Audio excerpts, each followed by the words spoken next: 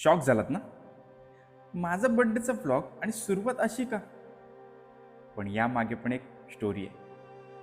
आज माझा बर्थडे आहे आणि नेहमीप्रमाणे मी पण केक कापू शकलो असतो, पार्टी करू शकलो असतो, मित्रांसोबत सेलिब्रेशन करू शकलो असतो. पण आज मला एक वेगळा विचार आला.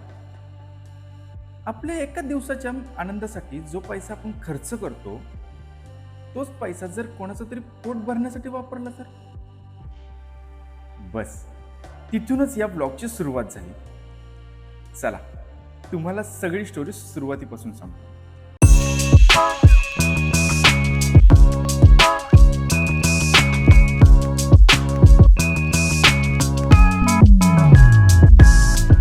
सो हे गाईज, मी हिमांशू तुमचं स्वागत करतो एका वेगळ्या ब्लॉगमध्ये. आणि गाईज, टायटल आणि थंबनेल बघून तुम्ही अंदाज लावलाच असेल की हा ब्लॉग नेमका कशाबद्दल आहे. पण या सगळ्याची सुरुवात कशी झाली आणि आजचा दिवस माझ्यासाठी एवढा स्पेशल का आहे ते मी तुम्हाला पुढे सांगणारच आहे. आणि गाईज, आज माझा बर्थडे आहे आणि माझा बर्थडे आज थोडा वेगळ्या पद्धतीने सेलिब्रेशन करायचं मी स्वतः ठरवलंय. पण नक्की काय करणार आहे हे तुम्हाला थोड्याच वेळात कळेल. पण आत्ता सध्या मला मंदिरात जायचं आहे. सो जास्त वेळ न लावता आपण लगेचच निघू आणि आजच्या दिवसाची आपण सुरुवात करू. सो चला.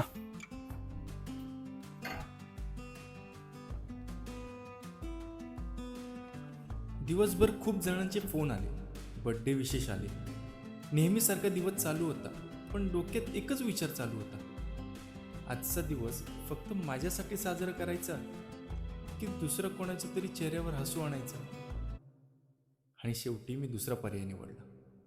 खरा आनंद मोठी पार्टी करण्यात नाही, तर आपल्यामुळे कोणाचं तरी पोट भरत असेल तर त्यात असतो. कारण आपण अनेकदा आपल्या आनंदासाठी पैसा खर्च करतो, पण कधी कधी तोच पैसा कोणाच्या तरी गरजेसाठी वापरला तर त्यातून मिळणारा आनंद वेगळाच असतो.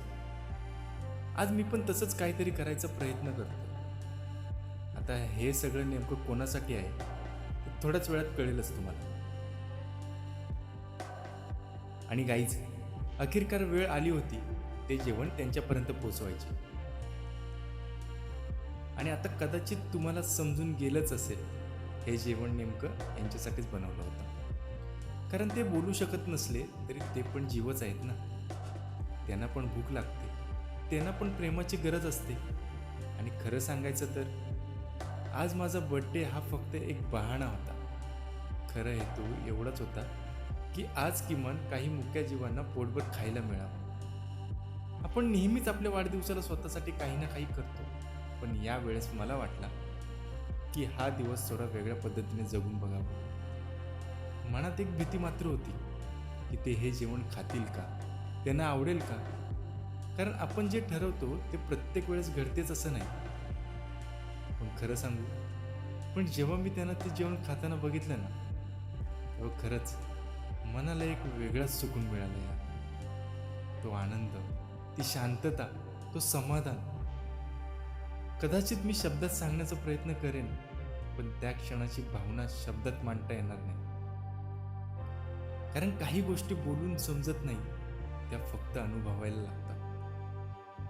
मी खूप मोठं काही केलं नाही ना, मी जग बदलणार आहे ना, मी कोणावर उपकार केले, पण एक छोटासा प्रयत्न मात्र नक्कीच केला. कारण कधी कधी आपल्यासाठी खूप छोटी असणारी गोष्ट कोणाच्या तरी संपूर्ण दिवसाचा आधार बनू शकतो. आणि जर माझ्या वाढदिवसानिमित्त काही मुक्या जीवांची भूक काही वेळेसाठी का होईना कमी झाली असेल, तर माझ्यासाठी त्यापेक्षा मोठा गिफ्ट दुसरं कोणताच असू शकत नाही.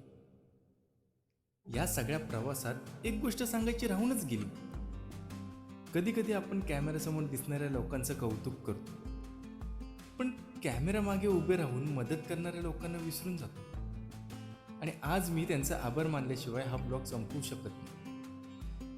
खरं तर मला हे सगळं मनापासून करायचं होतं, पण त्यासाठी जेवण बनवणं तितकंच गरजेचं होतं.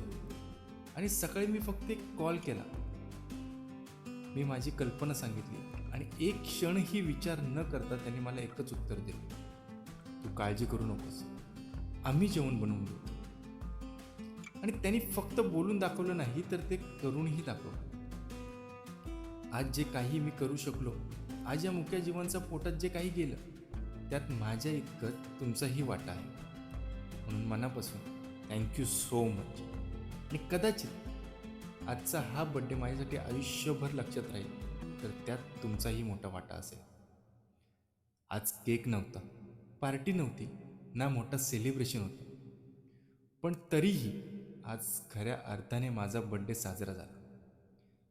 आणि शेवटी एवढंच म्हणेन, आपली छोटीशी मदत कोणाचं तरी पोट भरू शकते आणि कदाचित कोणाचा तरी दिवसही सुंदर बनवू शकतो.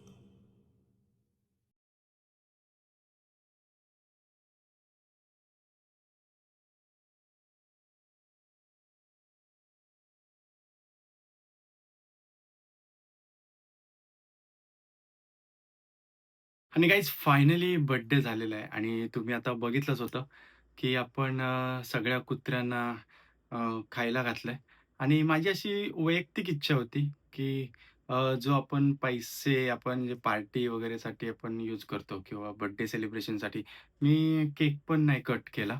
कारण की उगाच तो पैसा आपण असा वेस्ट घालवण्यापेक्षा तो पैसा कुठेतरी चांगल्या ठिकाणी वापरला तर मला असं वैयक्तिक वाटलं.